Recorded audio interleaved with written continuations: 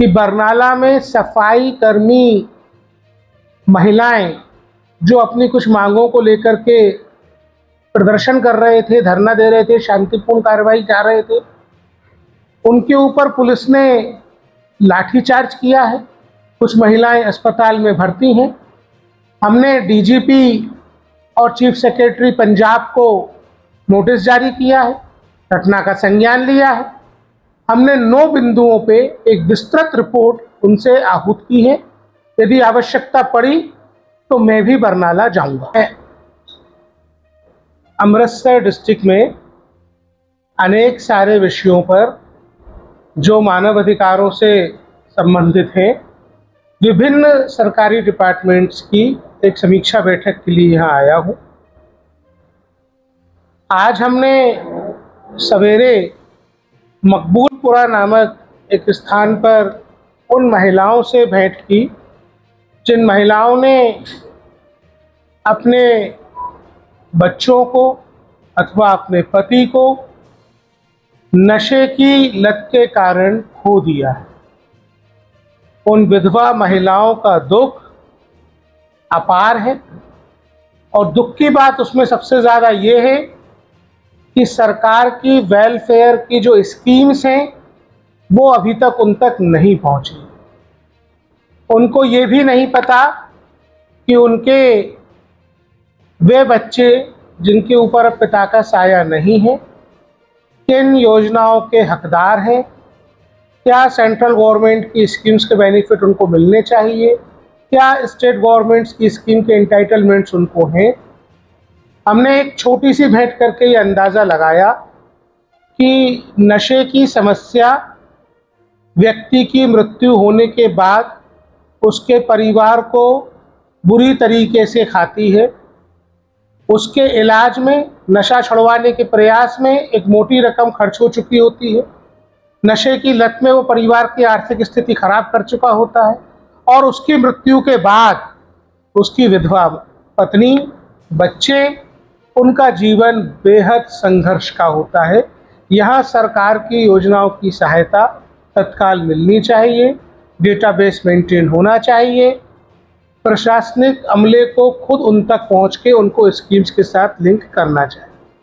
मैंने यहाँ की नगर पालिका क्षेत्र के वार्ड नंबर 1 और 2 में भी ये समस्या पाई कि वहाँ पे ड्रिंकिंग वाटर की सप्लाई बंद है। प्रशासनिक अधिकारियों से इस बारे में बात की।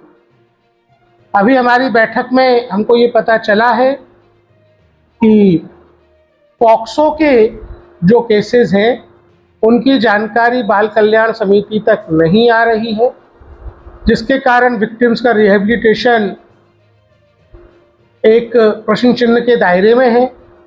अभी हम इस पर विस्तार से चर्चा करेंगे और डीपीआरओ साहब जब अपना प्रेस नोट देंगे तो क्या हमको प्रशासन ने समाधान बताया, कब तक इसको ठीक करेंगे, हम वो भी आपको बताएंगे। सर, जो यहाँ की मैं लेट मी फिनिश, यहाँ हमको जो स्थानीय नगर निगम है उसकी कई सारी लापरवाहियाँ दिखी। नगर निगम के सक्षम अधिकारी बैठक में उपस्थित नहीं हैं। हम इस बैठक के बाद जो यहाँ की सॉलिड वेस्ट मैनेजमेंट साइट है, जो डंपिंग साइट है, वहाँ एक बार विजिट करेंगे। कचरे के प्रबंधन में लगे हुए मजदूरों के मानव अधिकार संरक्षित रहें, कचरे के प्रदूषण के कारण लोगों का जीवन प्रभावित ना हो, ये रोकना हमारी जिम्मेदारी है। उस दृष्टिकोण से आज वहाँ भी हम विजिट करेंगे। आपके जो सवाल हों आप ले लीजिए। एक चीज़ और मैं बता दूँ, वो यहाँ अमृतसर से रिलेटेड नहीं है पर वो रिलेवेंट है।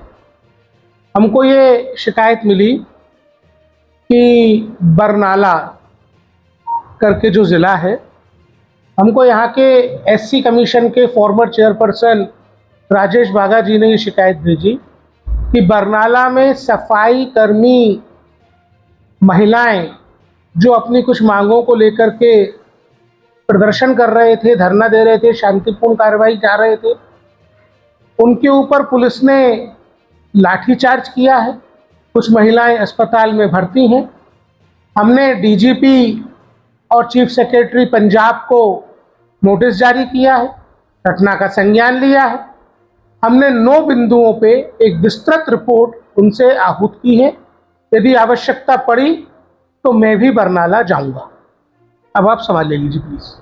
सर 15 साल का जो बच्चा हो जाता है लेट एंट्री में, उनका नाम नहीं अंकित नगर निगम का जो डेथ एंड बर्थ विभाग है वो कर रहा है। काफी दिक्कत आ रही है आप लोगों को, क्योंकि ऑनलाइन एंट्रीज जो पोर्टल में जारी हो रही है अभी स्कूल्स में एडमिशन के कर रही है और कई कामों यू मीन कि 15 साल के बच्चे का बर्थ सर्टिफिकेट नहीं बना है, उसकी एंट्री नहीं। उसके नाम नहीं अंकित हो रहा। देखिए, उसकी एक एसओपी है, उसमें डिस्ट्रिक्ट एडमिनिस्ट्रेशन के जो नोडल मजिस्ट्रेट होते हैं वो इसकी तस्दीक करके सर्टिफिकेट जारी करने के निर्देश देते हैं। ये स्टैंडर्ड ऑपरेटिंग प्रोसीजर है।